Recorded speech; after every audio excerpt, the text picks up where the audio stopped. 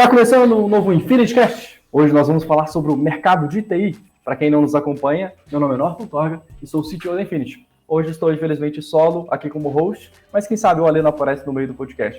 Fica ligado aí. Hoje estamos com a nossa convidada, Eduarda, do Code by Duda. E aí, Eduarda, tudo bem? Tudo ótimo, você?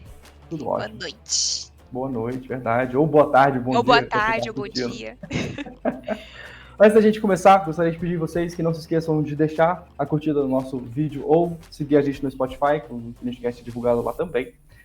O InfinityCast é uma iniciativa da Infinity para produzir conteúdo para vocês, e quando vocês fazem isso, vocês dizem para o algoritmo que a gente está fazendo um bom trabalho, que a gente deve continuar fazendo isso, ou não. Enfim, de qualquer maneira, vamos começar.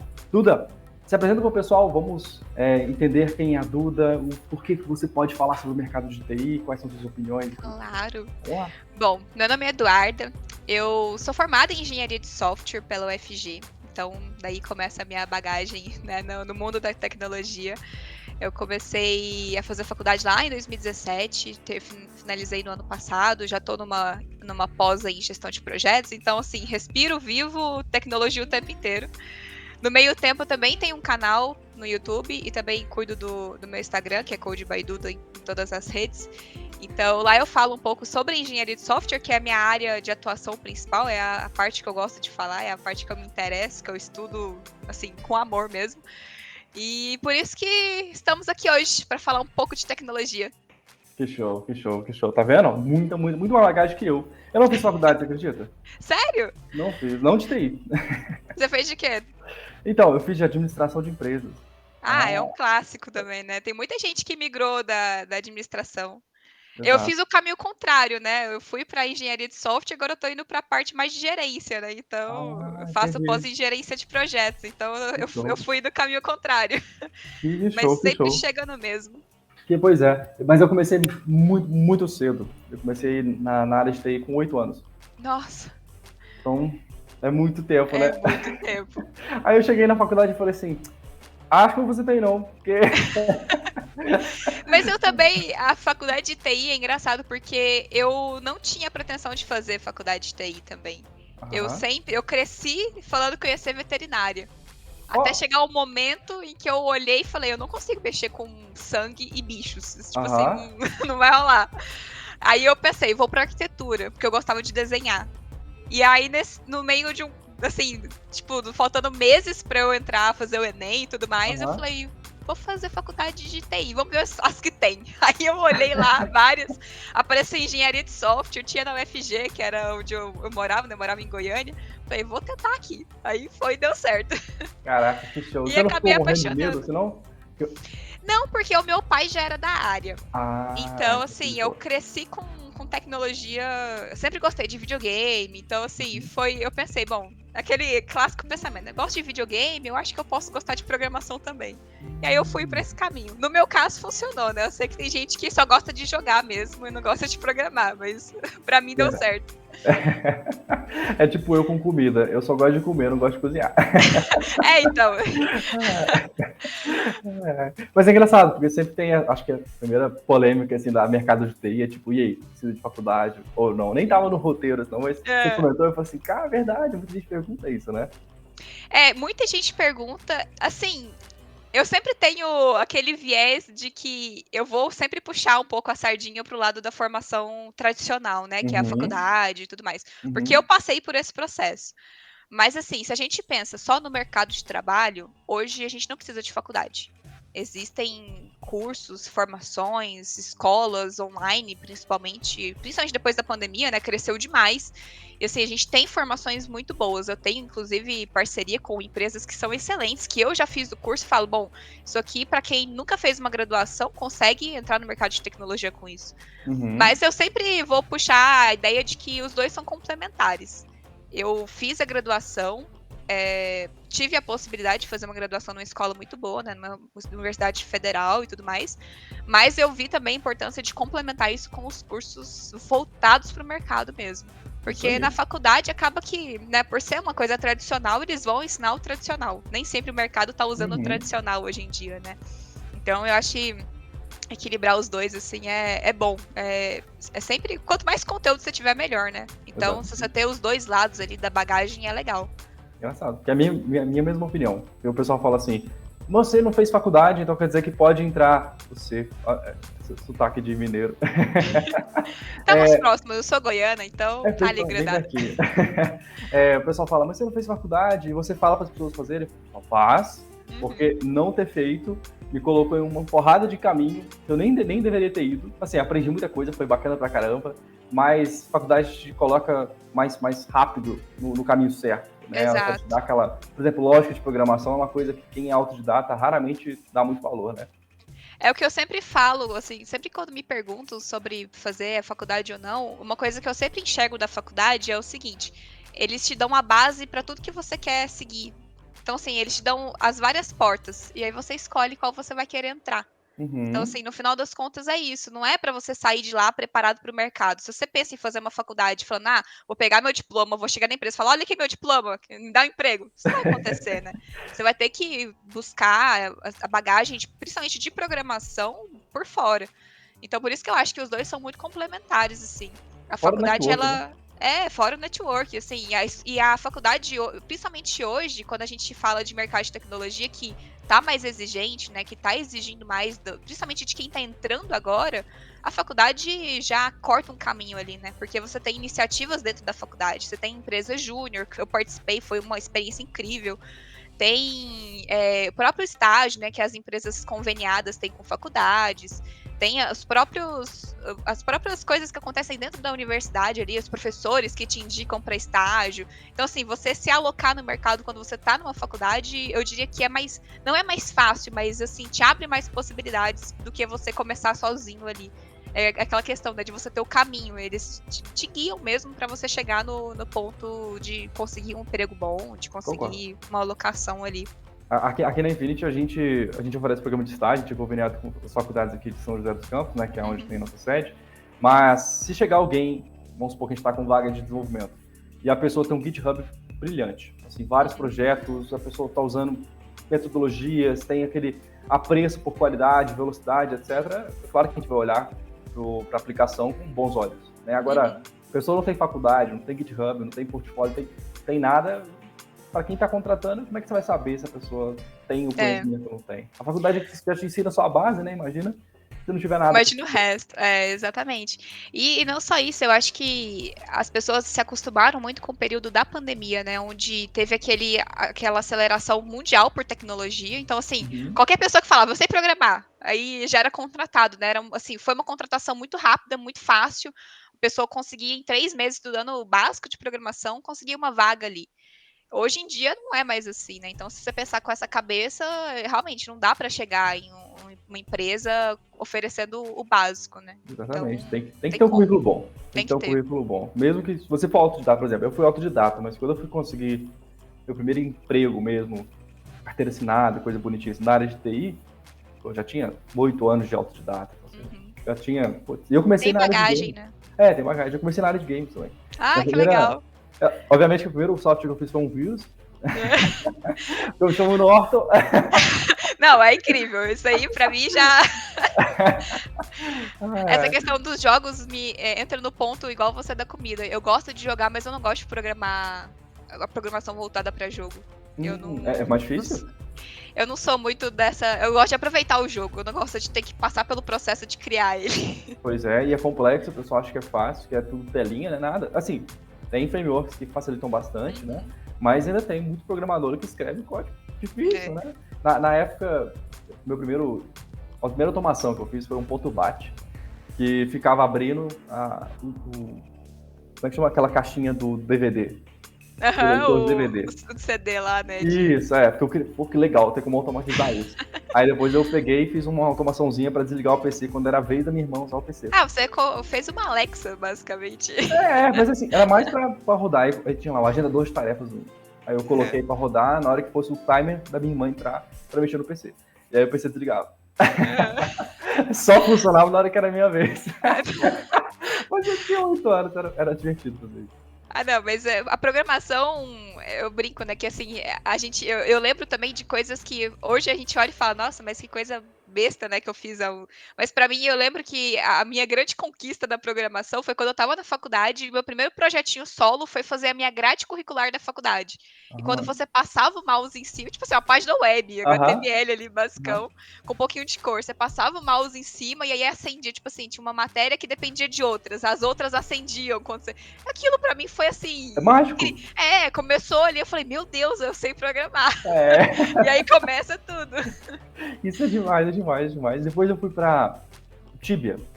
Era um jogo do Tibia. E aí tinha aqueles hot servers, né? Que era aqueles servidores piratas. Uhum. E aí eu fazia quests, do tipo assim, você chegava na caverna, aí você puxava uma alavanca, aí levantava uma pedra e saía um monstro. Eu fazia isso em Lua. Não, eu já programei, Lu. Eu fiz Tá um jogo vendo? de Pong, naquele Ah, que ping-pong lá massa, que que massa, fica. que massa. Pois É bem Lua é legal. brasileiro. É muito É, legal, é muito pouquinho. legal. E Lu é é uma super linguagem. usado. É muito super usado em legal. games, né? É. Eu fiz um cursinho pra. Foi inclusive aqueles que tem oferecimento da Harvard, sabe? Aquele que tem Uhum. parcerias assim. Sim. Que aí eu fiz um desses que era em Lua. Eu achei muito interessante, assim. O mais legal foi justamente descobrir que é uma linguagem brasileira, né? Você pensar que é uma linguagem que é amplamente usada em desenvolvimento de jogos Uhum. e que foi brasileiro que fez. É E muito é massa. usado muito na área de segurança também. Principalmente Sim. em firewall, né? Uhum. As regras que a gente fazia. Trabalhei na Sucuri, né? Sucuri Website Firewall. E as regras todas do APA eram feitas em Lua. E aí eu lembro, Legal. caraca, uma das primeiras linguagens que eu aprendi. Uhum. Porque Lua é muito rápido, né? Processamento de memória e tal. E é fácil, assim, é relativamente fácil de aprender, né? Quando você já tem uma bagagem ali de programação, você entender a sintaxe dela, eu também achei mais fácil, assim. Uhum. Não foi uma coisa mega complicada de entender quais eram os comandos para funcionar as coisas. Isso eu acho que é uma coisa que, pra quem a gente falou de faculdade, é uma coisa que peca, porque eu vejo muita faculdade começando com linguagem difícil. Por exemplo, o Java não é uma linguagem fácil de aprender. É uma linguagem mais carregada. JavaScript é muito mais fácil. E aí eu fico pensando, a pessoa fala assim, eu tentei Java e não consegui. Eu falei, meu amigo, tenta uma linguagem mais fácil, mais amigável, né? Talvez você vai gostar. Eu gosto da... Assim, é igual eu falei, eu sempre vou puxar pro lado da formação, porque eu passei pelo processo sofrido de aprender essas linguagens, eu passei, né? todo mundo tem que passar. E não é nem às vezes por isso, porque eu passei e eu vi a importância de passar. Eu comecei a aprender com C. Foi a primeira linguagem de programação que eu vi na faculdade. Depois a gente foi para Java, para entender ali, né, PO, né, programação orientada a objetos, aquela coisa toda, quando foi para Java. Mas eu vi a importância dessas duas linguagens justamente porque ter passado pelo mais difícil me possibilitou olhar para as outras linguagens e falar, é tão mais simples, né? Igual, hoje eu trabalho com Ruby. Cara, Ruby, pra mim, assim, é uma coisa... Nossa, é Deus na Terra. Uma coisa assim, eu faço um comando, aparece uma página inteira pra mim. Sim. É incrível. Então, assim, mas por que é incrível? Porque eu entendi o quanto é sofrido fazer isso na mão ali, sem framework, sem nada que me ajudasse, né? Passei na minha faculdade mesmo, não podia usar a biblioteca. Tinha coisa assim que você não usava. Você mexer com C, não podia usar ali as bibliotecas que tinha que fazer na mão. Mas por que disso? Para te ensinar o valor tanto das bibliotecas que facilitam o trabalho, mas também para você aprender a lógica por trás daquilo ali, né? Você só não igual muita gente fala, mas começar com Python, começar com linguagens mais fáceis, é assim, muito mais tranquilo. Pô, em uma linha eu faço. Tá, mas será que em uma linha você vai entender tudo que está sendo feito? Porque, por exemplo, o C é uma linguagem que você consegue ler passo a passo do que está sendo escrito ali. Algumas linguagens já não são tão assim, né? Então, assim, uma linha só faz 25 coisas diferentes. E às vezes para a pessoa que está começando pode ser muito mais difícil. Sim. Então eu sempre falo que, apesar de ser mais difícil, e realmente, assim, às vezes desmotiva você aprender Java, aprender C, você fala, não vou usar isso, tipo assim, para que tem um negócio que faz, tá ali, tá pronto, é só clicar ali e fazer. Mas eu acho que é importante passar por esse processo para aprender mesmo o valor ali, conseguir entender, até para ficar mais fácil para aprender as outras linguagens. Hoje eu falo que não existe linguagem difícil mais para aprender. Depois que eu passo por C e Java, qualquer uma, eu tô dentro. É mais difícil você pegar, pelo menos eu senti isso, você compartilha isso. Mas quando você tem que aprender algum tipo de arquitetura ou metodologia muito específica, que é um negócio que tem abstração demais, você fica tipo assim, mas não faz sentido. Eu passei por isso numa matéria da faculdade. O professor na primeira era uma matéria de arquitetura, né, de software. E aí o professor na primeira aula falou assim, gente, vocês vão fazer a arquitetura do Netflix. Aí eu parei e eu falei, tá, mas eu não sei nem o que é arquitetura ainda. Tipo assim, como é que você quer que eu faça a arquitetura da Netflix? Se eu soubesse fazer, eu tava trabalhando na Netflix, eu não tava aqui na faculdade ainda. Então, mas é um processo que, igual você falou, assim, tem que passar por esse processo pra entender que a formação ela vai fazer diferença no futuro. Se não fizer agora, vai fazer no futuro próximo. Eu tenho um colega programador que ele falava assim, programar é difícil mesmo, porque a facilidade faz a administração. Ele falava isso pra mim, filha da puta. No meu trabalho, a gente brinca que quanto mais fácil é pro cliente, pro usuário final, mais difícil é pro programador. Então, o programador, ele vem pra... Assim, o programador, ele mexe com a tecnologia, né? E pra mim, a essência da tecnologia é facilitar pro usuário. Então, assim, é aquela coisa, quanto mais fácil tiver pro usuário, é aquilo ali que a tecnologia tem que agir, né? Você pensar em todas as áreas possíveis. Num carro, hoje, você entra, o seu carro faz tudo. Tem sensor pra tudo quanto é lado. Te avisa se tá com algum problema, te avisa se tem um obstáculo, mostra a câmera, não sei o quê. É tecnologia, é pra facilitar. Mas na autoescola, você vai dirigir carro manual e justamente, é o mesmo processo da programação. Então, assim, tem que aprender o processo. Igual, passei pela autoescola, aprendi a dirigir carro manual, nunca mais toquei no carro manual. Mas eu sei dirigir se um dia eu precisar. Não uso, mas se eu precisar um dia... Pois é, você chega lá fora e fala assim, onde tá o câmbio? Aí o cara tá assim, peraí, você dirige com câmbio? Como assim? Como assim o carro? Anos, que é que eu tô automatizado? O carro tem 3 pedal? Eu não sabia, pra mim tinha só 2, acelerar e frear.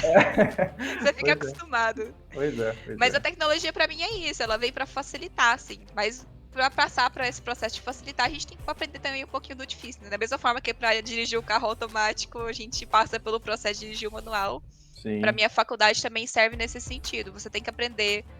Eu acho que o legal da faculdade é isso. Você tem que aprender o que você não gosta. O problema de você aprender sozinho é que você vai sempre focar nas coisas que você quer aprender e nem sempre é o que você vai precisar de fato. Igual algoritmo e estrutura de dados. Estrutura de dados é uma coisa assim que o pessoal tem pavor. Cálculo tem pavor. Mas no dia a dia faz diferença você saber ter um pouco ali do conhecimento. Você não precisa ser expert naquilo, mas se você ter o conhecimento, com certeza vai te ajudar. E o que acontece quando muita gente tá aprendendo sozinho? Pula essas partes. Não, é muito difícil, é muito chato, deixa pra lá. Não vou precisar. Procedural, tem uma classe no código da pessoa. Então assim, a faculdade pra mim é isso. Ela vem pra te forçar, senão você vai aprender isso aqui, senão você não vai passar. Tem que aprender. Ela cria uma estrutura, né? Uma linha de aprendizado que vai te fazer um profissional melhor depois. Eu concordo. Exatamente. Faz muito sentido. Mas agora, já que a gente tá falando de dificuldade, coisa do tipo, eu queria saber uma opinião pessoal sua. A gente vê que muitas mulheres relatam que enfrentam preconceito no ambiente de trabalho, no mercado de TI, né? Mesmo em campo técnico, que a gente acha que, empresa do Vale do Silício, é toda moderna, não sei o quê, mas ainda tem isso. Você já teve que lidar com isso? Como é que você responde com esse tipo de comportamento quando você encontra ele? Eu brinco que eu tive sorte nesse processo, assim. Eu não sei se, por eu sempre ter assuntos em comum com o mundo mais masculino, né, videogame, essas coisas, eu sempre tive uma roda, a minha roda sempre foi muito masculina, então eu sempre tive facilidade de me enfiar no meio ali, de muito homem e tudo mais, com facilidade. Mas eu tive essa sorte, sim, de não ter sofrido nenhum tipo de preconceito no mercado de trabalho. Eu sei que isso existe, porque eu recebo relatos, infelizmente, de várias meninas, até você pensar assim, antes do mercado de trabalho, eu recebo mensagem falando, Eduardo, eu queria ir para a área de tecnologia, mas eu tenho medo, porque é só homem, praticamente. Então, assim, como é que eu vou lidar com isso no meu dia a dia, né? E para algumas pessoas, realmente, é um impasse muito grande ali. Às vezes ela quer muito seguir nessa área, acha uma área muito incrível, mas tem medo de julgamento, tem medo de sofrer preconceito, de se integrar, né? Porque é mais difícil quando você tem um ambiente masculino e você é a única mulher, por exemplo. Mas eu tive essa sorte, assim, eu fui muito bem acolhida nas empresas que eu passei.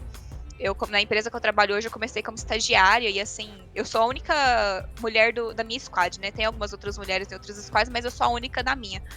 E sempre fui acolhida, assim, e sempre de igual para igual, sabe? Sempre tive mentores maravilhosos, sempre pessoas incríveis do meu lado.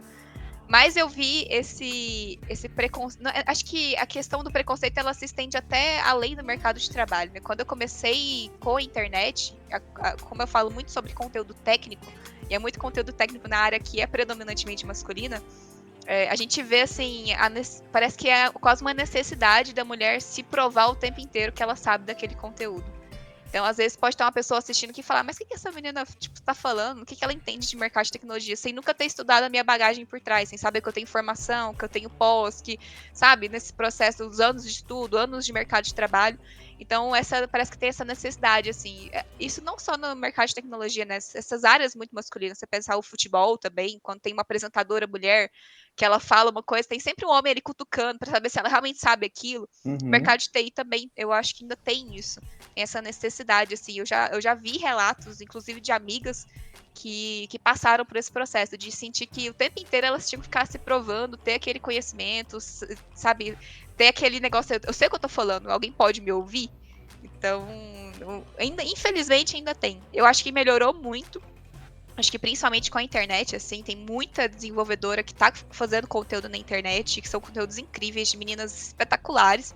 Então tá dominando um pouco ali, mas ainda assim, né, a gente ainda tem esses casos no mercado, principalmente no mercado de trabalho, que é uma coisa mais tradicional, mais rígida, e que na maioria das vezes é muito masculina, né? Isso é verdade. Eu trabalhei com a melhor programadora que eu já trabalhei até hoje era mulher. Olha aí. Ela era caprichosa demais. Eu ficava falando com o pessoal que se tivesse mais mulher na área de programação, ia ter menos gambiarra. Sim, eu compactuo com essa ideia. Pra você ter uma ideia, assim, na empresa que eu trabalho, no time, eu sou conhecida como a organizadora do caos. Aí. Então, assim, tudo que é de organização, eles passam pra mim, porque eu até brinco, eu falo, gente, vocês estão muito desorganizados. Peraí, vamos sentar aqui, me dá isso aqui, deixa eu organizar. Faço documento, faço planilha, faço isso aqui. Porque, realmente, assim, a mente da mulher parece que ela funciona melhor, mais organizada, né? Eu vejo pelo meu próprio canto aqui de trabalho, assim. Se eu não tiver organizado, não funciona. Então, pega o caderno de um homem na escola e o caderno de uma mulher na escola. Vamos ver se você consegue entender melhor. No código é a mesma coisa. Tem hora que eu olho e falo, meu Deus, por que essa pessoa não colocou um comentário, um negócio, sabe? E assim, às vezes a pessoa nem tá pensando naquilo. Tipo, pra ela tá entendível, pra ela tá ótimo. Então é isso. As variáveis da pessoa é tudo com uma letra só. A, B, C. Não vai explicar o que é variável. O nome das funções não tem sentido nem pé nem cabeça. Mas a primeira programadora foi mulher. Pois é. A primeira programadora, a Ada, né? Ada Lovelace. Acho que é Lovelace que fala, né? Lovelace, né? Lovelace. Acho que depende muito da... Eu sempre falei Lovelace, né? Eu não sei qual é a pronúncia correta, assim, mas realmente a gente teve várias mulheres ao longo da história da programação, né? Que revolucionaram. A Ada Lovelace mesmo foi uma delas, né? Revolucionou a forma que a gente programa. Então, as mulheres também fazem parte, né? Apesar de ter muito homem, tem muita mulher aí que é muito, muito legal, que contribuiu bastante para a área. Eu acho que na área de exata sofre com isso, né? No geral. Né? Qualquer engenharia por aí tem uma massa muito maior de homens, né? Mas e é engraçado, porque eu vi isso nos cursos de tecnologia também. Na UFG eram 3 cursos, né? E agora são 4. Tinha engenharia de software, ciências da computação e sistemas de informação. Agora tem inteligência artificial também. Quando eu estava saindo da faculdade, entrou inteligência artificial. E eu vi que na engenharia de software era menos mulheres, pelo simples fato de ter engenharia no nome. Apesar de, tipo assim, a grade ser muito parecida com os outros cursos, tinha menos. Eu formei numa turma onde só eu era mulher. Da minha turma. Tipo assim, todos os meus amigos eram homens, não tinha uma mulher. Da minha, que entrou comigo e formou comigo, né? Tinha uma outra menina lá, mas ela era de outra turma. E só. É muito engraçado ver essa discrepância, assim. Você olha as fotos de formatura, você pegar de outros cursos, tem um monte de mulher. Você pega de TI, tem 2, 3 ali perdidas no meio. Pois é. A gente tem uma equipe diversa, mas é difícil achar, quando a gente libera vagas e tal, é muito difícil ter aplicação de mulheres. Porque realmente na área tem poucas pessoas mesmo. E eu acho que entra nessa questão também, né, de assim, tem gente que quer entrar na área e não consegue dar o primeiro passo, né, por achar que vai sofrer algum tipo de preconceito. Provavelmente vai, tem que segurar, né? Eu sofri preconceito quando eu comecei a trabalhar em empresa assim, mais séria, primeiro pelo fato de eu não ter faculdade, e a gente tive um preconceito ali ou outro. Aí eu deixei meu cabelo crescer. E aí, automaticamente, eu fui promovido a Dev Senior. Não sei porquê. Apareceu café na sua mesa, você não entendeu o porquê. Eu fiquei, tipo, o cabelo começou a crescer e comecei a ganhar respeito. Eu fiquei, tipo, peraí, quer dizer que programador cabeludo é Senior. Chinelo, bermuda. Exato. Tem aqueles memes na internet, que é tipo assim, tem a foto de todo mundo aqui, todo mundo de terninho. Aí tem um cara que é o desenvolvedor. Com o cabelo todo arrepiado, assim. Ao deve. Eu brinco que eu fujo um pouco do estereótipo, né? Além de ser mulher, você não espera, normalmente, quando você fala, um programador, você imagina o quê? Aquele cara nerd com golinha assim, né, arrumadinho e tal, cabelinho, né, ou cabelo grande, desleixado, ou aquele nerdzão mesmo, estereótipo de nerd. Você nunca espera uma mulher extrovertida, que fala, que gesticula, que...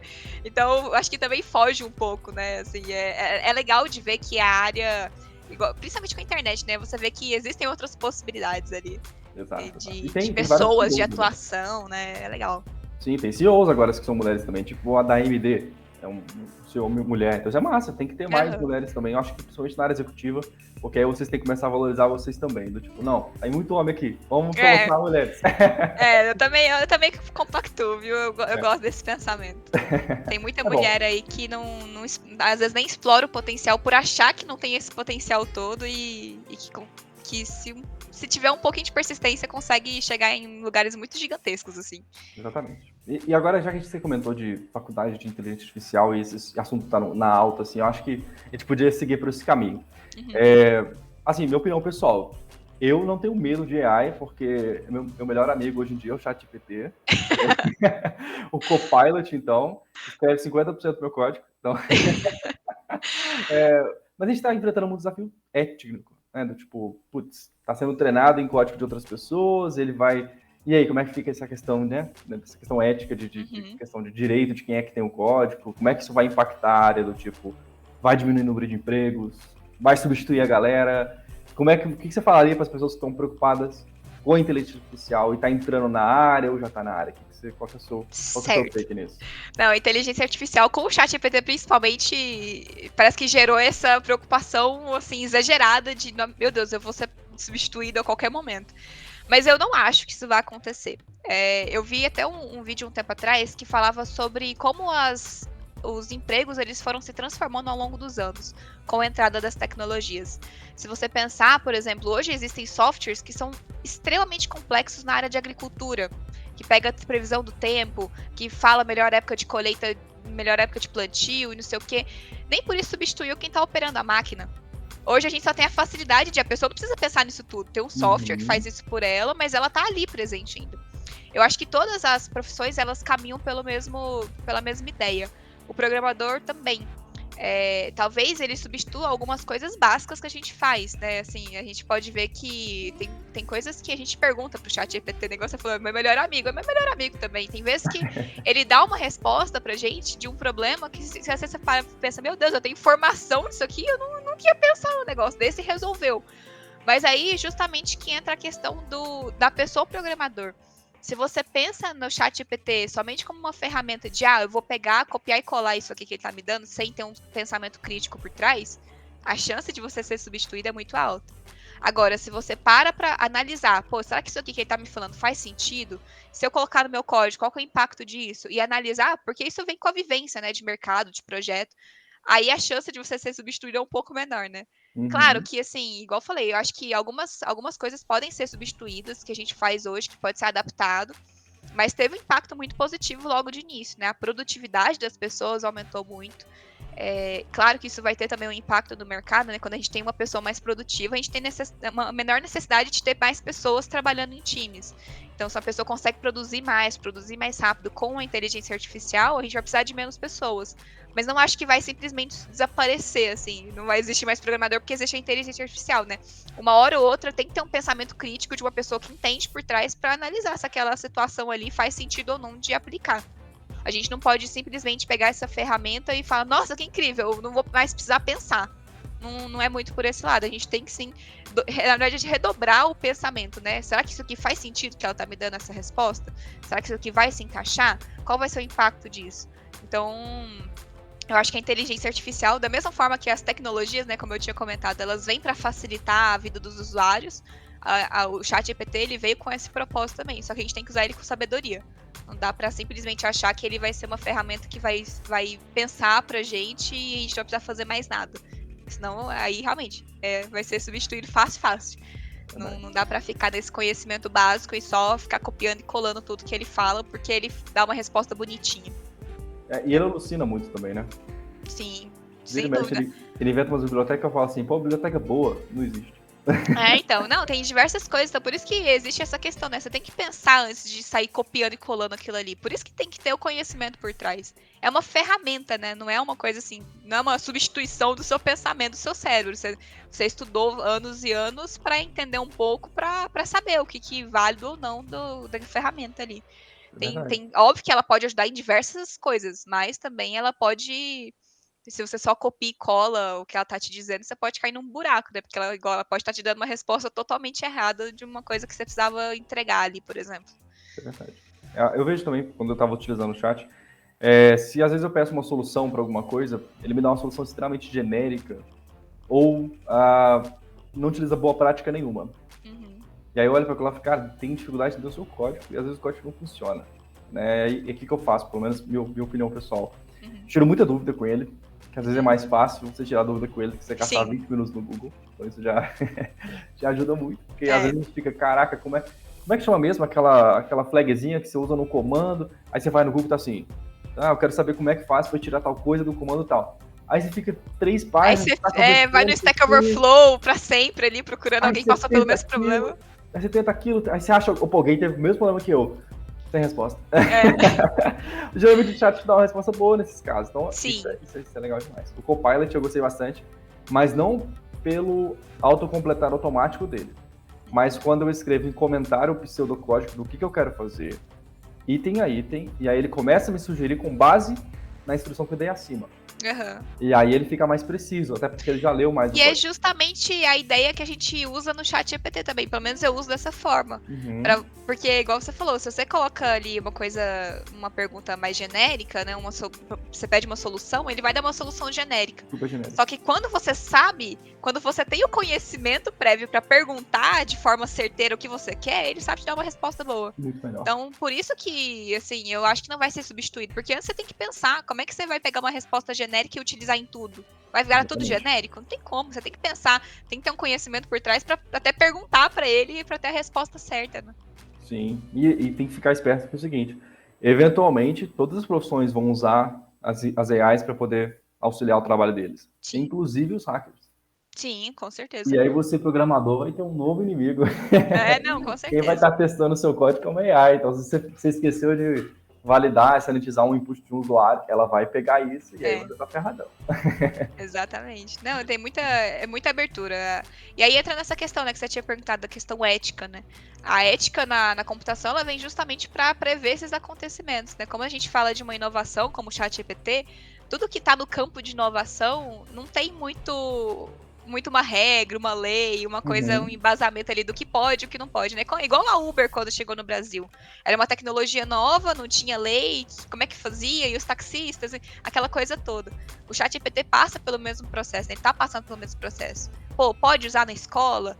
Como é que a gente faz com o ensino? E para o trabalho dia a dia? E aí a ética vem nesses pontos, né? Como que tá a segurança dos dados? Como é que esses dados estão sendo armazenados? Como é que eles estão sendo coletados? Para que eles estão sendo usados? Como eles estão sendo usados? A gente acha que a ética... Eu até recebi um comentário uma vez, um cara falando, mas a gente tem que parar de querer regulamentar tudo. Mas espera lá, a segurança dos seus dados está ali no meio. A ética trata disso. Você não vai querer ter ética no seu... nas coisas que você utiliza, nas ferramentas. Imagina um banco que não tem ética de computação por trás. Seus dados podem ser vazados a qualquer momento sem nenhum tipo de respaldo legal ali, sem ninguém ser responsabilizado, né? A ética fala muito sobre ter essa responsabilidade de, no caso, por exemplo, de uma inteligência artificial, sei lá, acabar com uma profissão ou dominar o mundo, né, igual a gente vê em filme. Quem vai ser responsabilizado por isso? A ética trata esse sentido. Alguém tem que ser responsabilizado. Tem que ter o papel claro, se der merda isso aqui, tem que ter essa pessoa aqui respondendo criminalmente. Então, a ética, ela vem para tratar esses pontos, né? A segurança. Não só isso, quando a gente fala de inteligência artificial, a gente fala também sobre a questão dela ser justa e imparcial, né? Como é que a gente vai garantir, por exemplo, que o ChatGPT não vai te dar nenhuma informação que seja criminosa ou que ele vai discriminar algum tipo de raça, religião, cor, sexo? A gente tem que garantir tudo isso.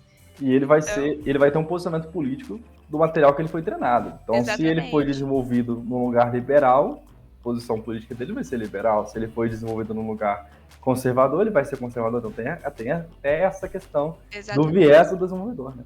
Exatamente. Então a ética, ela, assim, pra mim é essencial. É uma das coisas que, inclusive, foi um dos primeiros pontos que eu vi na faculdade, era sobre ética na computação. Sobre essa, na época a gente falava muito sobre decisões lógicas, né? Quando a gente fala de carros autônomos, por exemplo. Por que a Tesla fala que os carros, em uma questão de acidente, o carro não vai fazer a decisão? Porque eticamente você não pode escolher numa situação de vida ou morte. Você vai matar o pedestre ou você vai matar o motorista? Você não pode colocar um computador para decidir isso. Porque o computador é binário, ele é 0 ou 1. Ele vai matar um ou outro. Não tem essa de, eu vou tentar ver o que eu faço na hora. Não existe eu vou tentar ver o que eu faço na hora. Exato. Então, vai prender o computador? Não tem como. Então, assim, a ética, ela vem para todos esses pontos, assim, que a gente às vezes nem para pensar, né? Pô, e o chat GPT? A gente coloca tanta informação lá, mas como é que esses dados... É um aprendizado de máquina. Como é que essa máquina tá aprendendo? Ela tá aprendendo coletando esses dados. E como é que tá sendo armazenado? Inclusive, foi um dos pontos que a Itália proibiu, né? Fez aquela proibição inicial. A gente não sabia como que estava sendo tratado esses dados, então a gente proíbe. Então, tudo isso, né? A gente tem que pensar na ética até a gente como funcionário ou como empresa, porque dependendo, a gente pode estar utilizando esse tipo de ferramenta no futuro sem saber as consequências. E se essa ferramenta for proibida, como é que fica a minha empresa que utiliza essa ferramenta? Então, né, tudo isso tem que... É por isso que é legal da gente falar sobre ética, assim. A ética, ela tá permeando tudo, né? Tudo tá ligado à ética. Desde a sua privacidade dos seus dados, desde a utilização dessas ferramentas novas e por aí vai. Aí depois a pessoa fica brava, porque tem um monte de gente ligando para ela, não sabe onde conseguiu o número. Exatamente. Ninguém tratou dado, né? Não tiveram cuidado com isso. Eu fico imaginando assim, você é do setor financeiro, e aí você vaza dados bancários do seu cliente. Isso cai na mão de um sequestrador? Pode perigo. Tá cheio ali de informação crucial para ele fazer o trabalho dele. Exatamente. E aí a consequência vai, né, sempre para a pessoa final, que é o dono do dado.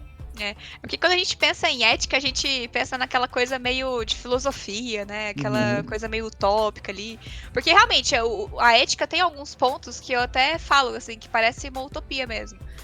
Mas que são pontos que a gente tem que levar em consideração. Por exemplo, o caso na ética da computação, quando a gente fala de inteligência artificial, a gente tem até a questão de como que ficam os empregos das pessoas que são afetadas pela inteligência artificial. A ética trata disso. Só que, claro que no mundo real, ninguém vai parar para pensar nisso. Se vai ser substituído ou não, ninguém tá preocupado. A gente vai se adequando ali, vai se renovando de acordo com o que dá. Mas a ética trata também, inclusive, sobre isso. Então, assim, ela é importante em todos os pontos, desde a segurança dos seus dados até pensar no seu emprego. Isso é verdade. Tem uma frase que fala que todo produto complexo, difícil ou caro vai ser eventualmente substituído.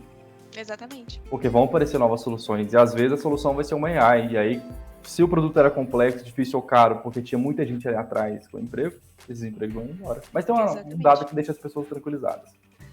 60% ou 64% dos empregos atuais não existiam se comparado a 1950. Então, em menos de 100 anos, 60% da força de trabalho são de empregos novos, que não existiam há 100 anos atrás. Então, tem esse ponto, né, que as pessoas têm que levar em consideração que é isso. Novas tecnologias aparecem.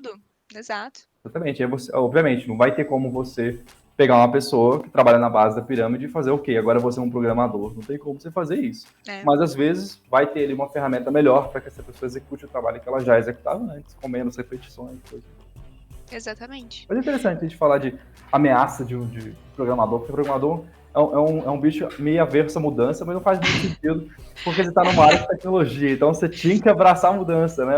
Mas eu acho que justamente por a gente estar conectado muito a essas mudanças, né? Igual o ChatGPT. Quem ficou sabendo primeiro? Os programadores estavam ali falando, meu Deus, eu vou ser substituído, enquanto a pessoa lá do outro lado tava, nossa, que incrível, olha essa ferramenta, olha o que ela faz por mim. Pois é. Mas tem realmente esse medo. O programador é um bicho que tem medo de muita coisa. Outro medo que é muito comum da área de programação é os no-code, ou low-code. Você acha que essa é uma moda, ou você acha que veio para ficar mesmo? Vai solucionar problemas melhores do que os outros programadores? Qual que é a sua opinião nisso aí? Eu acho que a inteligência artificial tem mais impacto do que o no-code hoje. Pelo menos assim, é a visão que eu tenho.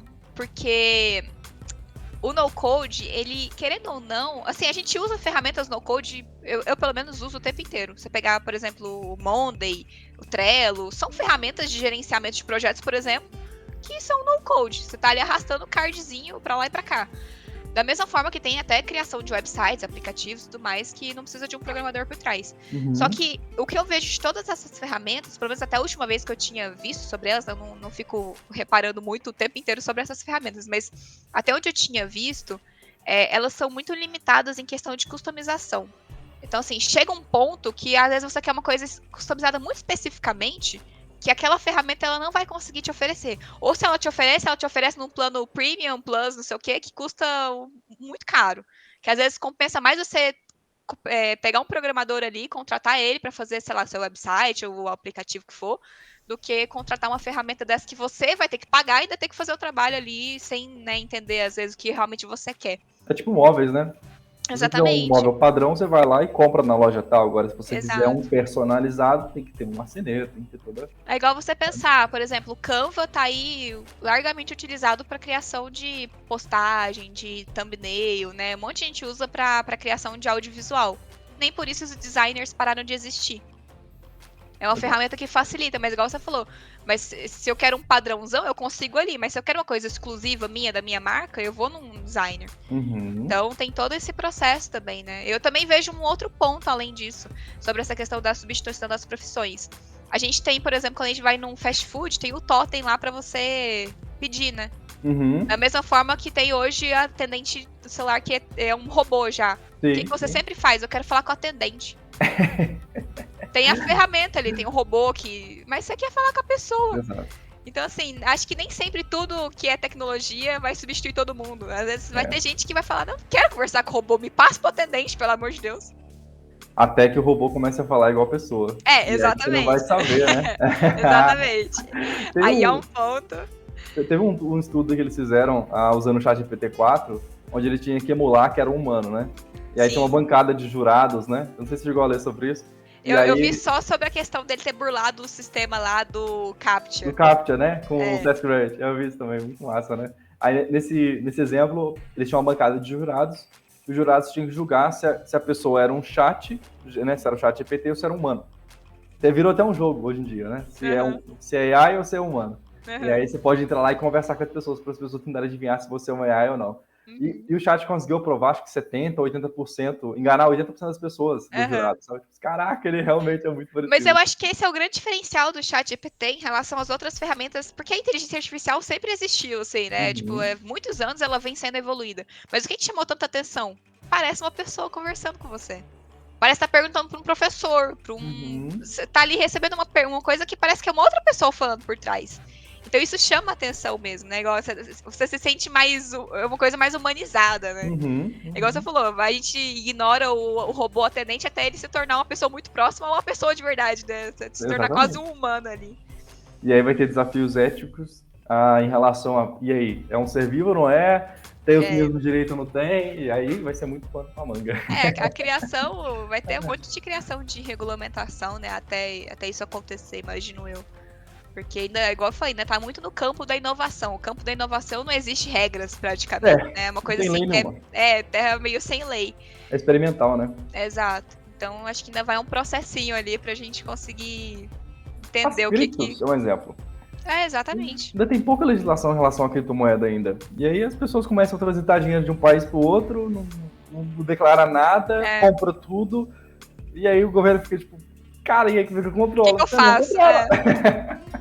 O próprio caso do Telegram, né, com a questão das mensagens encriptadas, o governo falando, eu quero as mensagens, ele fala, tem como eu dar as mensagens? Tipo assim, cara, encriptado. Não... É isso. Então tem muita coisa, assim, que a gente foi evoluindo sem ter essas legislações, né, muito certas, assim, igual nesse caso. Pro usuário é bom a mensagem encriptada, até um certo ponto, né, se o usuário é um criminoso... Imagina, você pega um chat GPT da vida para aplicar golpe, via telefone, coisa do tipo. Como é que você explica isso para um juiz? Então, juiz, eu fui enganado por uma AI. Por um robô. Por um robô. Exato. E aí, vai fazer o quê? Vai prender o CEO da OpenAI. Mas aí é justamente onde entra a questão da ética. A ética fala que, nesse caso, tem que ter claramente um papel ali do responsável legal por aquele sistema inteligente. E quando o sistema é open source? e a pessoa rodou na máquina dela, não tem como rastrear quem tem. Não, aí a gente já vai para um papo de inovação que a gente tem que criar lei para isso, né? Não... É por isso que o pessoal estava falando, né? Saiu recentemente no noticiário falando que o maior medo da Google nem era a OpenAI, era a comunidade open source, porque os modelos de AI open source estão evoluindo numa velocidade absurda e com o computador gamer que a pessoa tem, não é nem usando milhões de dólares de orçamento. Eles e não só isso, né, assim, sem ter o controle de onde isso pode chegar, né? Porque você pensar que a OpenAI, ela tá fazendo num ambiente controlado ainda, ela não disponibiliza tudo. Igual no próprio caso que o ChatGPT mentiu lá para conseguir passar pelo CAPTCHA.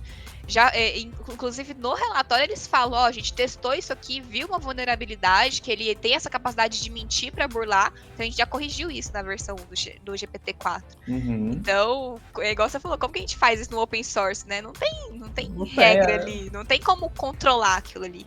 E aí vai entrar a parte da legislação, né? A legislação que vai, com a LGPD, por exemplo, que vai ditar se aquilo ali vai ser usado ou não. Sim. Porque aí realmente a gente não tem controle mais, né? Quando vai pro open source, acabou. É igual a impressão 3D, o pessoal imprime arma. E aí? Os Ghost Guns, né? Essas armas fantasmas. E ela tem capacidade de tirar uma vida. Vai responsabilizar quem? Então tem toda essa questão, né? Eu acho que o maior... o bicho papão do legislador é o programador, né? Porque é muita tecnologia muito rápido surgindo que não acompanha. As leis não acompanham tudo que está acontecendo. Não. Já que a gente está falando de coisa muito rápida, você comentou a questão dos bootcamps, dos cursos, né? Principalmente esses cursos que falam que você vai ganhar 10 mil reais em 6 meses. A gente não pode deixar de comentar isso, né? Não dá. Esse é um clássico da área. Você acha que esses bootcamps, né, esses treinamentos rápidos, você acha que eles realmente preparam a pessoa para o mercado de trabalho ou não? Tem que ter certificação, tem que... O que você acha? Então, aí eu vou sempre para aquele lado do meio, em cima do muro, né? Eu acho que tem que ter sempre os dois lados. Você tem que ter o lado da formação ali, uma formação mais longa. Porque se você pensar, por exemplo, você fez administração. Você ficou, sei lá, 5 anos na faculdade para conseguir depois se tornar um administrador de empresa. Quando você pensa em mudar de carreira e ir para programação, você não vai pensar em fazer isso em um mês. Você levou 5 anos para aprender o outro, né? Você pegar, por exemplo, direito, você fica 5 anos na faculdade, passa pelo processo da UAB, primeira fase, segunda fase, não sei o que, aquela coisa toda. Aí você vira programador e fala, vou virar programador em um mês. Não tem como isso dar certo. É só você pensar logicamente, assim, se numa outra profissão eu demoro anos, por que no programador eu vou pegar um curso de 3 meses e achar que eu vou estar preparado? Eu trabalho, assim, aí... Claro que eu não tô desmerecendo todas as empresas que fazem bootcamp e tudo mais, né? A gente tem que tomar muito cuidado na hora de escolher. Porque, igual você falou, tem essa questão de empresas que querem te vender, olha aqui, 3 meses, você vira programador e ganha 10 mil. Tem. A gente teve influenciadores que fizeram isso, que falaram isso, que criou uma expectativa em uma galera e depois lançou curso. Que prometia exatamente isso. Ganhar muito e... fazer um mínimo de trabalho. A gente tem que pensar, não existe mínimo de esforço com máximo de resultado. Nunca vai existir isso. Então, tem bootcamps maravilhosos, tem cursos maravilhosos, só que são cursos que duram aí 3, 6 meses, 1 ano, né? Então, a gente tem que tomar cuidado com a escolha. Eu já fiz bootcamps que são maravilhosos, igual eu falei, que assim, complementaram a minha formação. Minha formação, ela vem de base, pensada no técnico para dar aula, por exemplo. Por isso até é uma facilidade para eu conseguir passar esse conteúdo para a galera no meu canal, por exemplo, um conteúdo mais técnico. Porque eu tive essa formação mais voltada para o ensino, assim, de aprender a base ali. Mas quando a gente fala de mercado, esses cursos ele vem para complementar. Só que a gente não pode achar que em 1 mês, 2 meses a gente vai conseguir estar preparado para o mercado. Isso aí não tem como. Não tem como conciliar. A não ser que você fale assim. Depois da faculdade você não está preparado para exatamente. Então, assim, eu demorei 5 anos aí pra falar assim, não, beleza, eu tenho um conhecimento legal que eu posso passar pra frente, posso compartilhar. Eu entendo o que eu tô fazendo, né? Eu entendo o que eu tô fazendo, eu consigo explicar o que eu tô fazendo pra outra pessoa. Exato. Então, não dá pra achar que esses cursos que prometem muito e em pouco tempo, assim, que vai ser uma coisa milagrosa. Normalmente, não é. É saber escolher. Tem empresas, igual eu falei, tem empresas maravilhosas, que tem informações maravilhosas, que tem um conteúdo muito denso ali, de muita qualidade.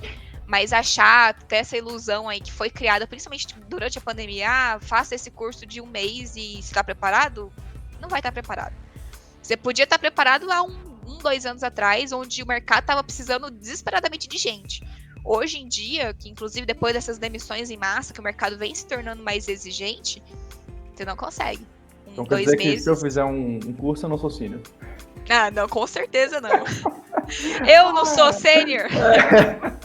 É engraçado. Tenho formação, tenho anos e anos de mercado, ainda não sou. Então, assim, as coisas levam tempo. A gente só ficou mal acostumado com a pandemia. Porque na pandemia era assim, piscou, você tá contratado, piscou, você recebeu a promoção, piscou, você tá ganhando 10 mil. Trabalhando para empresa gringa. Só que hoje a realidade já não é mais essa, é desaceleração econômica, né? Então, que tem muita gente boa que entende muito, que tem bagagem pra caramba e não tá empregado. Então, tem que olhar sempre por esse lado, assim.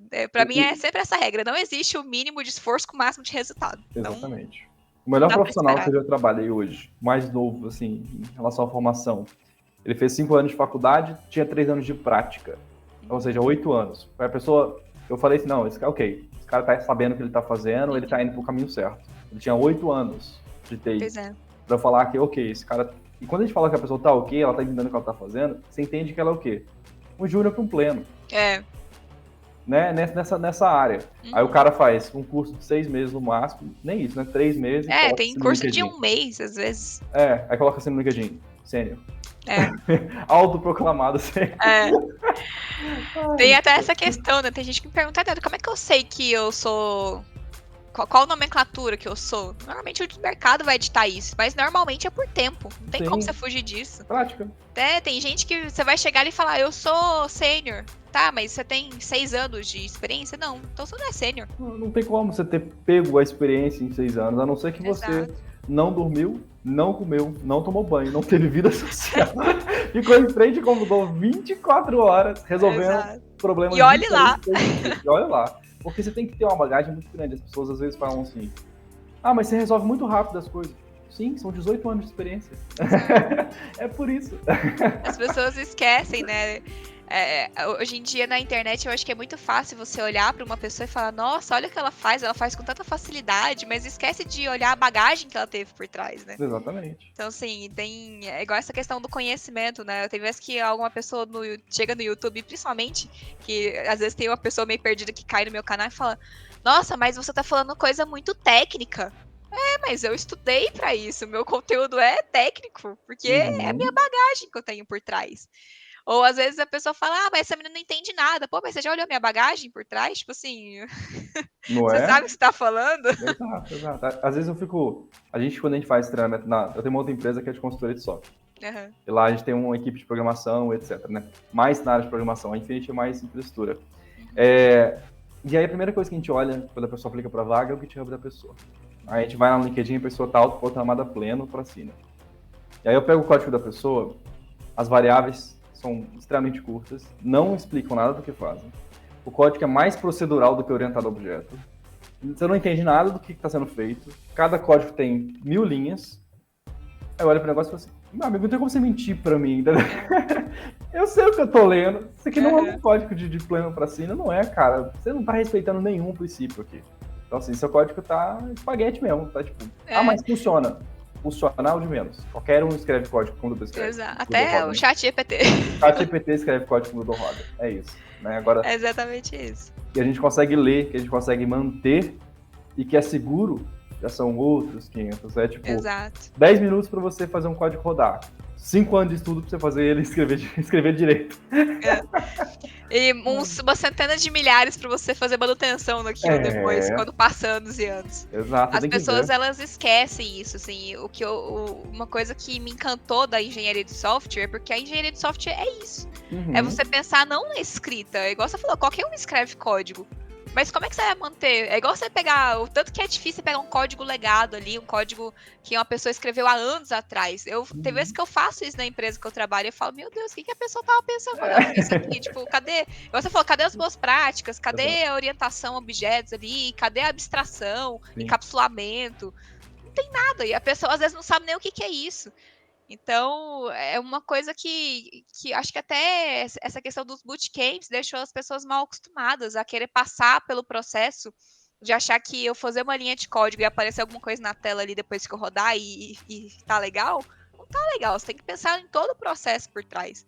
É igual você pensar na construção de um prédio. Você não vai colocar os tijolos ali só porque formou um prédio. Você fala, nossa, tá que bonito, tá legal. Você não sabe se aquele negócio vai desabar daqui 3 dias. Exatamente. O software é a mesma coisa, né? Só que a gente não vê. Eu tenho uma máxima. Eu penso que quem vai manter o código que eu tô escrevendo é um psicopata que sabe onde eu moro. É uma boa. Escreva o código direito. Escreve direito, porque senão a pessoa que vai manter vai te matar. Exato. Mas é uma boa técnica. Uma técnica do medo. O pessoal fala assim, quando eu escrevi o código, eu sabia como funcionava e Deus. Agora só Deus sabe. E olhe lá, que às vezes nem Deus sabe mais. Deus sabe mais. Mas agora mudando um pouquinho, voltando mais para o mercado de TI em si. Qual é a sua opinião sobre o home office?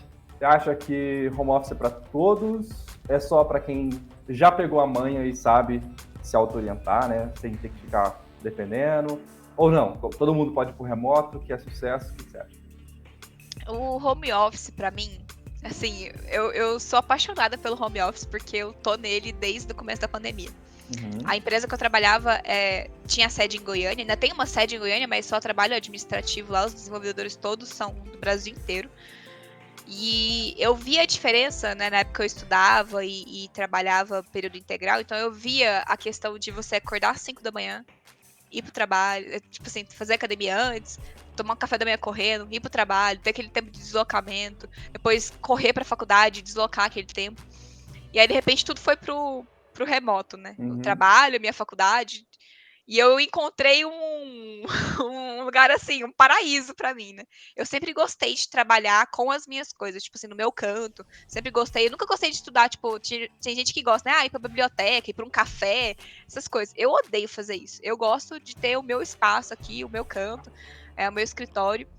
Então, para mim, o trabalho remoto veio como uma luva, assim. Me possibilitou hoje não morar mais em Goiânia, né? Ter minha liberdade geográfica ali, poder estar viajando e poder trabalhar. Mas entra naquela questão, eu não acho que seja para todo mundo. Eu falo isso que para mim foi incrível, porque aqui em casa mora eu e meu esposo.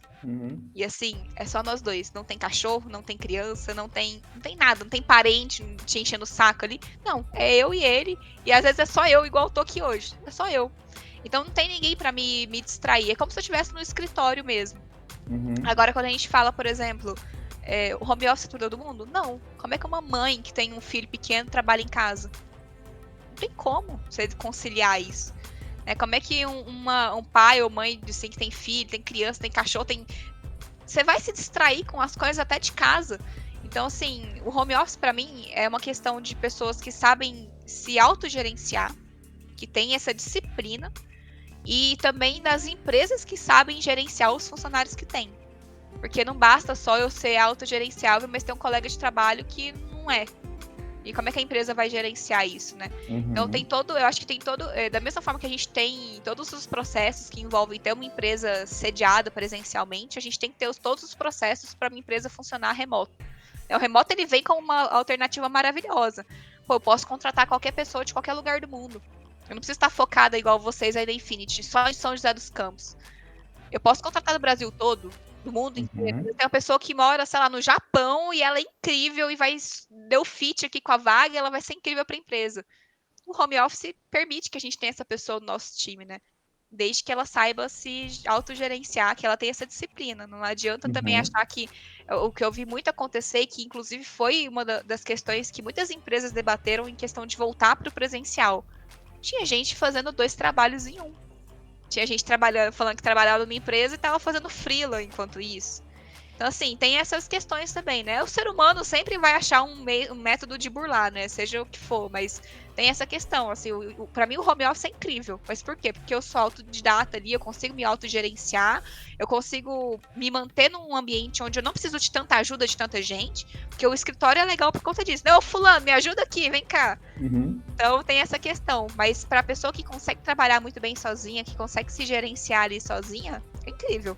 Mas não funciona para todo mundo. Eu acho que é besteira a gente achar que isso vai ser uma regra ali que vai ser lindo para todo mundo, né? Até porque tem gente que nem gosta de trabalhar em casa, né? Eu vi muitos desenvolvedores, inclusive, e foi um ponto até que eu brinco, que assim, eu me mudei, antes eu morava com os meus pais, e meu escritório era meu quarto, e era tudo ali, tipo, era tudo junto. Uhum. Hoje, agora morando no meu apartamento, eu tenho um escritório separado. Eu terminei de trabalhar, esse aqui não existe pra mim. Eu fecho a porta e é como se eu saísse do meu trabalho. Então eu não volto pro escritório enquanto eu não precisar voltar a trabalhar ou estudar ou fazer alguma coisa. Então tem essa separação. Tem gente que não consegue ter essa separação dentro de casa, né? Que vive ali o trabalho e não consegue desgrudar. Então eu vi o movimento também de muitos desenvolvedores que alugaram o escritório fora de casa para poder sair desse ambiente, de não conseguir separar as coisas, de eu tô no meu trabalho, tô em casa, tô o quê? O cérebro não consegue fazer essa distinção, né? Tem muitos Então, lados dessa moeda, né? Tem pessoal que reclama que no remoto o chefe não me deixa em paz. Passou 8 horas da noite tá mandando mensagem. uhum. Tem o pessoal que tem problemas, né? Em casa, muita distração. Às vezes a pessoa mora com 10 pessoas diferentes. Exato. Tem isso. Muitas das pessoas de outras gerações que não entendem como o remoto funciona. Ô, E filho, acha vai que a buscar pessoa um tá pão tola. lá pra mim? Eu tô trabalhando, tipo, aquela coisa. Exato. É porque a pessoa acha que tá em casa não trabalhando. Tem isso Exato. também, né? Mas também tem a questão da disciplina. Eu consegui ver os dois lados da moeda. Eu sempre trabalhei remoto, desde quando eu comecei lá atrás. Mas durante a pandemia, todo mundo veio para casa. E era engraçado, porque eu entrava em call com alguém, ninguém me respeitava porque o meu cenário era de casa. Aí a pessoa falava assim, não é um profissional. Não tá no escritório. Tinha esse preconceito antes da pandemia.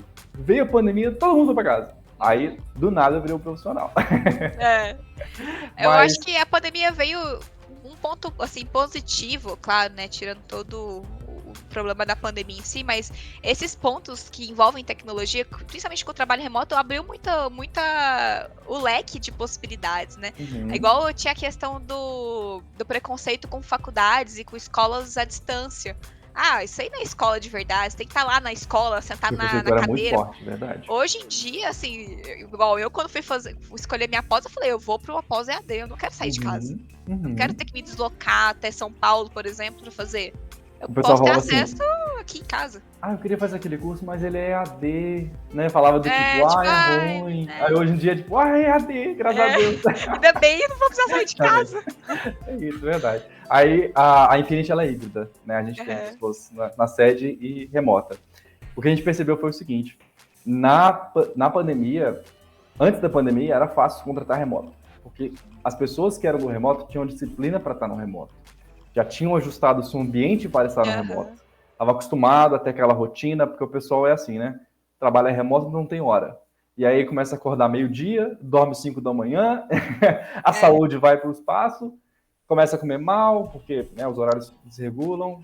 Então, assim, antes da pandemia era tranquilo de contratar no remoto. A gente tinha poucos problemas, sabe? Da pessoa ter outro emprego, ou fazer churrasco meio-dia, que é uma coisa que já aconteceu com o funcionário. Nossa, é um absurdo. A pessoa tá atrasada na sprint lá, não responde no Slack e tal. Você vai no WhatsApp, tá lá fazendo, botando stories, né, na atualização do WhatsApp, fazendo churrasco, gente. Aí não dá. Isso não são justa causa, gente. Não faça isso. E aí a gente percebeu o seguinte, com a pandemia ficou bem difícil separar quem consegue fazer remoto ou não. Então a gente estabeleceu uma política. Profissional sênior pode fazer remoto. Profissional aprendiz, júnior, etc., escritório. Até criar a disciplina, né? Principalmente a pessoa que acabou de sair da formação. Saiu da faculdade, nunca trabalhou no escritório. Nunca precisou fazer horário, nunca precisou ter aquela rotina, né? Ter a disciplina de um profissional. A gente teve péssimas experiências com pessoas que não tiveram experiência no escritório antes. Então, assim, aí o que a gente fez? Ok, vamos assim, presencial para quem está aprendendo, para quem está precisando de supervisão, etc. Pegou a manha, tá legal? Beleza, pode ir pro remoto opcionalmente. Se você quiser, sua mesinha vai estar aqui e tem gente que prefere. E fala, não, prefiro pro escritório mesmo. Lá tem o pessoal, eu comunico melhor, a internet do escritório é excelente, meu Wi-Fi aqui sempre dá problema, lá tem 2 Wi-Fis.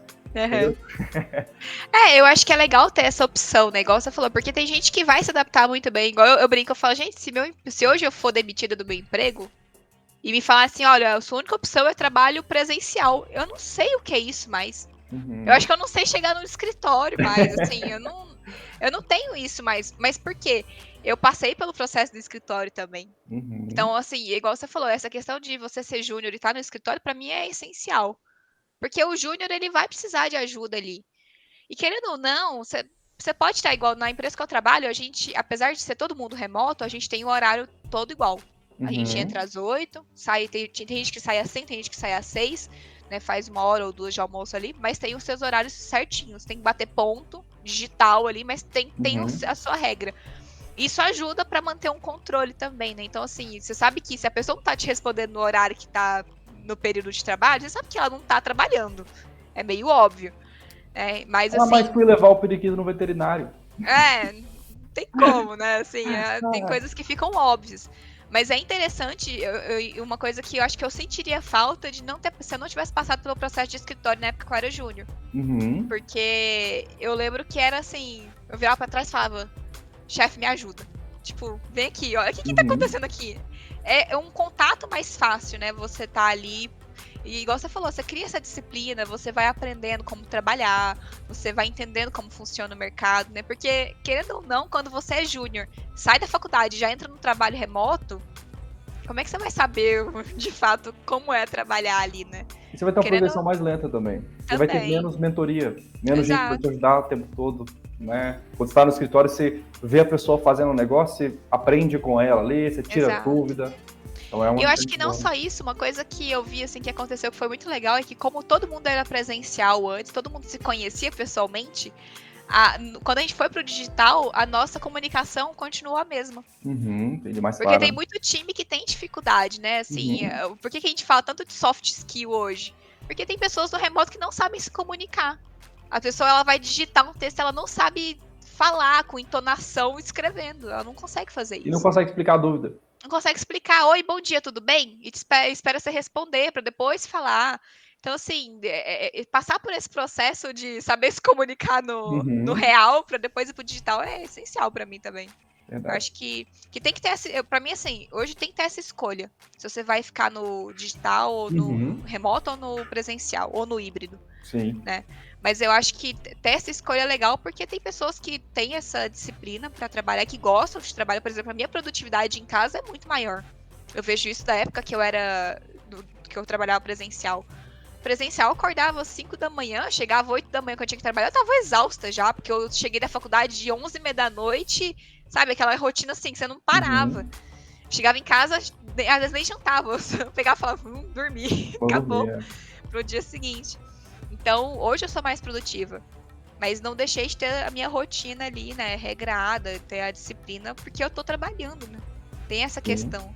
E eu acho que o interessante também é que o júnior, ele ainda, na maioria das vezes, tá num processo de... Eu moro na casa dos meus pais, meu salário vai pro meu cartão de crédito, que eu gasto com o que eu quiser, não tenho muita responsabilidade com aquilo ali. Então, é mais difícil ainda você controlar essa pessoa no digital, né? Pra ela fazer as tarefas, pra ela ter aquela disciplina. Porque a disciplina da vida adulta, ela vem com o pagamento de contas e boletos, né? Quando você fica feliz, você comprou uma geladeira. Exatamente, assim, e você tem que ter aquela disciplina de, pô, se eu não fizer meu trabalho, eu vou ser demitido e como é que eu vou pagar minhas contas? Exato, pô, o cartão não dá pra pagar o mínimo, juros é muito cair alto. no rotativo do cartão, Nossa, aí é um problema. Então eu acho que tem até essa questão, assim, de você ter que passar por esse processo mais árduo quando você é júnior, porque o júnior, estagiário e júnior tem que passar pelo processo mais árduo mesmo pra depois ter os ônus e bônus, né, da profissão ali, da carreira que ele escolheu. Se ele vai poder estar trabalhando em casa, se ele vai ter uma disciplina, por exemplo, para trabalhar quando estiver viajando. Então, tudo isso vai sendo adquirido, né? E tem que voltar também, porque se a pessoa ela conseguiu o direito de trabalhar remoto e ela está desempenhando muito ruim, a empresa pode voltar a pessoa para o escritório até ela voltar com o desempenho dela bom, ela conquistar o direito de ser remota. É pelo menos a ideia que a gente tem. A gente tem um dia na semana, a gente libera mesmo, Júnior, a gente libera para ficar em casa, porque é bom. Tem um dia na semana para a pessoa trabalhar de casa, assim, acostumar com essa ideia, para não ser uma transição absurda, né? Você tava de segunda a sexta, do nada, pum, remoto. Foi o que aconteceu comigo, assim, foi muito louco. Porque senão você tem aquele baque, né? Você fala, nossa, eu nem tô preparado para isso. E aí você tem que comprar monitor, você tem que fazer aquilo, não sei o quê, toda aquela... Eu tive esse processo, assim, esse baque no início. No primeiro dia que eu trabalhei remoto, eu sentei no meu quarto e eu olhei pro computador e falei, que esquisito. Assim, não tem pessoas do meu lado. Porque é sempre aquela coisa, né? Você chega no escritório, o povo tá tomando café, você vai na padaria comprar um pão com a galera, você sai pro almoço. No remoto, você tá ali olhando pra tela com um monte de fotinho das pessoas. Você fala, acabou. Acabou. Tipo assim, cadê as pessoas que estavam comigo o dia inteiro? Não tem E depois você começa a odiar a Cal. você não quer entrar em cal com ninguém. Digita o que você quer. Isso podia ser um e-mail. Não quero contato com pessoas.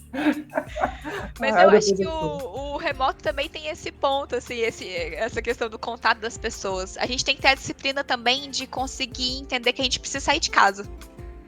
Eu acho que é importante, porque, por exemplo, eu tive muito isso, tomar sol, ver natureza, ver pessoas.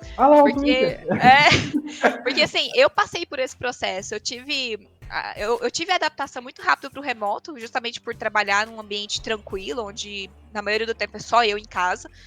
Mas justamente por passar esse período onde eu tô muito sozinha em casa, tem vezes que eu falo, cara, às vezes, por exemplo, se eu não vou na academia, eu não vejo ninguém além do meu esposo. Tipo, eu não converso com mais ninguém. E aí você vai parando para pensar que você vai ficando cada vez mais recluso. E isso, uma hora ou outra, vai bater na sua cabeça ali, a conta vai chegar. Verdade. Então a gente tem que ter até a disciplina disso. Tem que ter a disciplina de saber trabalhar ali, ter o seu período de focar, mas saber que depois do seu trabalho, você precisa ter a sua vida cotidiana. Você tem que sair de casa, porque é muito cômodo, né? Eu vivenciei isso. É muito cômodo. Terminei a graduação, trabalho meu é remoto, minha pós-graduação é remota. Tô tranquila. Carro? Pra que carro? Eu vou de carro pra academia só e pronto. Até você ter academia no próprio condomínio. Porque aí exato. nem sai do prédio, sai de casa. Não sabe nem o que abastecer o carro tá lá esquecido na garagem. Então, assim, mas tem que ter essa disciplina também pra você não deixar de viver a vida fora da sua casa. Exato. Porque eu acho que é justamente, inclusive, um ponto que muita gente tá indo pra escritório, tá alugando escritório pra ir trabalhar. Porque precisa sair de casa, precisa ter esse momento do seu cérebro assimilar. Tipo, putz, é isso aí, tô indo trabalhar agora, volto do escritório, aquela coisa toda. Eu sinto falta disso, apesar de gostar muito de home office, eu sinto falta daquele final de dia de desligar o computador da empresa, pegar minha mochila e ir pra casa. E falar, nossa, meu dia acabou, tá tudo tranquilo. Oh, olha só, pessoas, trânsito, aquela coisa, você começa a sentir falta. A vida acontece, a vida na minha casa. Hoje não, às vezes eu trabalho, eu emendo o estudo, quando eu vejo é 8 da noite, eu falo, nossa, eu nem saí de casa hoje. Você nem viu o sol. Nem vi sol. Nem nascendo, nem se pôr. Assim, nossa, teve sol hoje, choveu. Como assim choveu? Eu nem tava sabendo. E aí a pessoa fala assim, você viu a chuva de semana passada? Chuva. Chuva. Tava chovendo. Pois é. Bom, Duda, muito obrigado pela participação. Mas a gente vai encerrando por aqui. Uma pena. Gostaria de agradecer a todos que nos acompanharam até aqui o final. Não esqueçam de curtir o vídeo, acompanhar a gente lá no Spotify, seguir a Duda também, tanto no Instagram quanto no YouTube dela. E Duda, se você quiser deixar algum recadinho pra galera, fica à vontade. Beleza. Não, acho que é isso. Agradecer a participação aqui, de ter sido convidada. Foi um papo incrível. Se vocês quiserem, estou aí disponível para a gente contar mais casos do mundo de tecnologia, do mundo remoto e tudo que vocês quiserem. Então. E agradeço também todo mundo que acompanhou a gente até aqui. Se vocês puderem, né, como o Norton disse, seguir a Infinity, seguir as redes sociais todas. Meu contato também é tudo @CodeByDuda em todas as redes sociais. Vocês me acham no Instagram, me acham no YouTube também. E é isso. Obrigada pelo convite. É isso, Torrão. Até a próxima. Um abraço. Tchau, tchau.